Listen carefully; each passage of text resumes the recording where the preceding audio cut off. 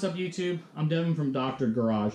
In today's video, I'm coming to you instead of from the garage, from my comfy, albeit messy office. This is where I do my normal work, but also where I edit videos, and I also get some off-season in between vent practice using my drift simulator.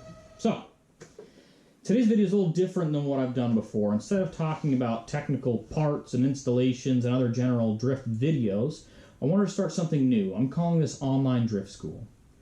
I've been a part of drifting for about 10 years now, really only been actively driving for the last 4 or 5. I don't know everything. I've learned quite a bit from other grassroots drivers, Pro-Am drivers, Pro 2 drivers, and even a few FD drivers. I'm still only a grassroots driver, but I've been doing it long enough that usually I can pick up on a few pointers for newer drivers. And so that's what I aim to do in this video series, is give people some pointers that are going to help them make the most of their seat time. Today's video, I'm going to take some in-car footage from a friend of mine, Connor Lawless. He's a drifter up in Michigan.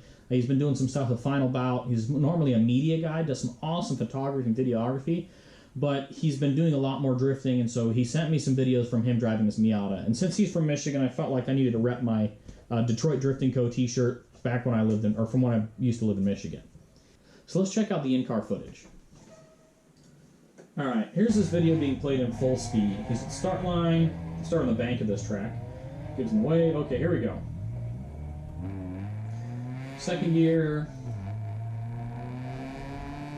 Good sharp initiation with the clutch kick.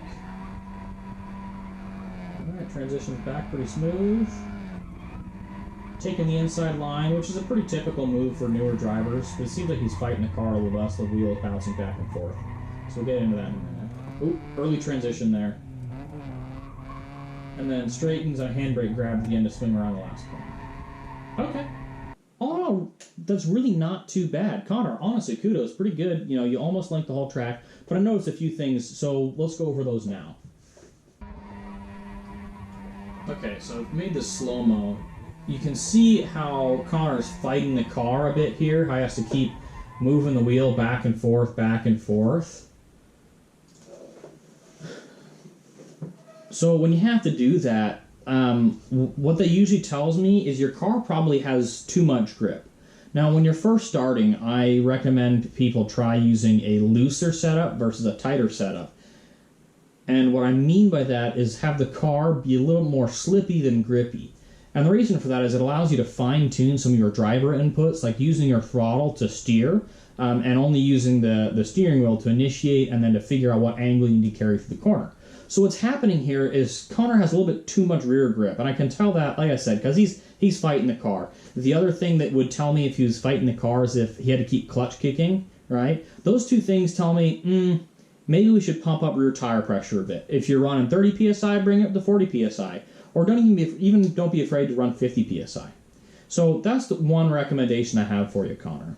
Now let's go back and view that clip again because there's another point I wanted to bring up. So if you watch the line he's taking, he's pretty shallow on the bank and he's trying to stick almost to the front of the line, you know, towards the grass. So taking the inside line isn't a bad thing. Newer drivers tend to do that because they can see what's in front of them versus they can't see what's behind them. So when I see that, I go, okay, Connor, I think that is why you straightened out in between the next corner or the next 2 corners, you had a little straight in there. I think that's why. If you would have taken a little outer line, it probably would have helped you link the corners. Another thing, too, is that in those 2 corners, it looks like you transitioned pretty aggressively, which is why you ended up straightening and then reinitiating. When you're trying to carry speed between 2 corners, and it's kind of a longer distance, you want to slow down your transition and almost carry a reduced steering angle through there because your rear wheels, that wheel speed will push you forward. And if you're chucking more angle, it's going to shoot you across the line. So instead of transitioning real snappy there, try to slow down the transition so that way you're carrying that reduced angle a little bit longer, and that'll help you connect those 2 corners. And then the handbrake at the end. Let's go to that real quick. Okay, straighten, grab the handbrake to swing it around that last inner clip or the corner there. So I have a little different opinion on handbrakes. I learned to drift on a lightweight, low-power car, an 88.6, right? And that's what I still drift now. Lightweight cars, you don't need to use the handbrake as much because you don't have as much weight that's going to push you through the corner. I personally believe that drivers should learn how to drift without or with limited use of the handbrake. And the reason for that is because it helps them to fine-tune their throttle and steering wheel inputs. And it'll help them to figure out how to carry the right amount of speed through a corner. I also prefer to use a left foot braking technique over a handbrake when I'm following in tandems, but that's a much more advanced skill that we'll get to at a later point. It's not wrong to use the handbrake. Using the handbrake, if you're carrying too much speed into a corner, or if you're entering with a high speed, you can enter earlier and grab the handbrake to scrub speed. So that's when I would use it, is if you're coming in super hot, you grab that handbrake, it locks up the rear wheels, and that way you can carry angle as you're slowing the vehicle down. But in this case, Connor, it looked like you didn't quite have enough speed, and so when you grab the handbrake, it slowed you down even more. So just something to think about.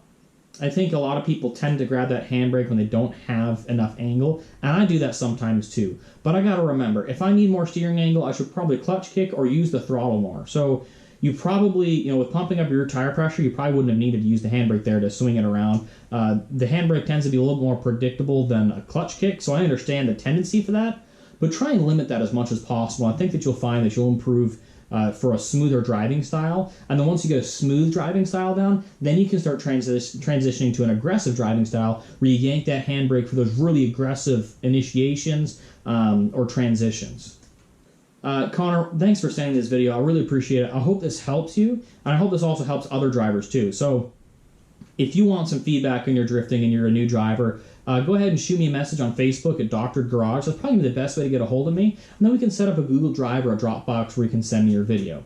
If you have any other questions or feedback for Connor, or you have feedback from me, make sure to leave it in the comments section of the video. I usually try to respond to those pretty quick. So if there's other things you picked up on or things that I spoke incorrectly about, please let me know. Like, comment, subscribe. Make sure to follow the YouTube channel. I've got some stuff on Beams 8.6 stuff. I've got stuff on S12, and I've got a bunch of other drift videos. Thanks for watching, guys.